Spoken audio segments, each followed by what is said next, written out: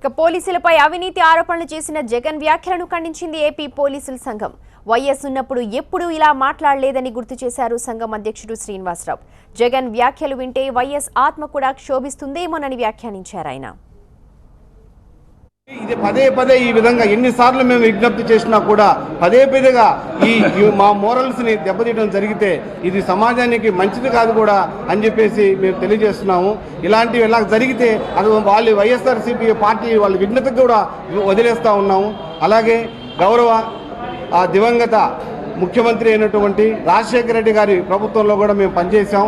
ఏ రోజు కూడా పోలీసులను కానీ ప్రభుత్వ ఉద్యోగులు కానీ ఇంతటి దుర్మార్గమైనటువంటి పరుష ప్రజాలం ఏ రోజు కూడా ఆయన వాడలేదు. ఆయన వారసత్వంగా ఉన్న మీరు ఈ విధంగా చేస్తూ ఉంటే నిజంగా మాకు అనిపిస్తుంది ఆయన ఆత్మ కూడా క్షోభిస్తుందని చెప్పేసి ఈ సందర్భంగా తెలియజేస్తూ ఉన్నాము. అలాగే ఇక ఇట్లాంటి సంఘటనలన్నీ కూడా పునరావృతం కాకుండా ఉండేదానికి గౌరవనీయులు ప్రతిపక్ష నేత అయినటువంటి ఒక బాధ్యత అయినటువంటి ప్రతిపక్ష నేతగా ఉన్నప్పుడు మీరు మీ ఎమ్మెల్సీ గారు మీ ఎమ్మెల్యే గారు కూడా మళ్ళీ ఇటువంటి వ్యవస్థని పునరావృతం కాకుండా చేయాలని, అలాగే భారత రాజ్యాంగం ప్రసాదించినటువంటి వ్యక్తి స్వేచ్ఛ వాక్ స్వాతంత్రాన్ని వేరొకరి మనోభావాలని కించపరిచే విధంగా చేయకూడదని చెప్పేసి పోలీస్ అధికారుల సంఘం దీన్ని నిజంగా చాలామందికి కూడా మరి రెండు చేతులు ఎత్తి విజ్ఞప్తి చేస్తున్నాం.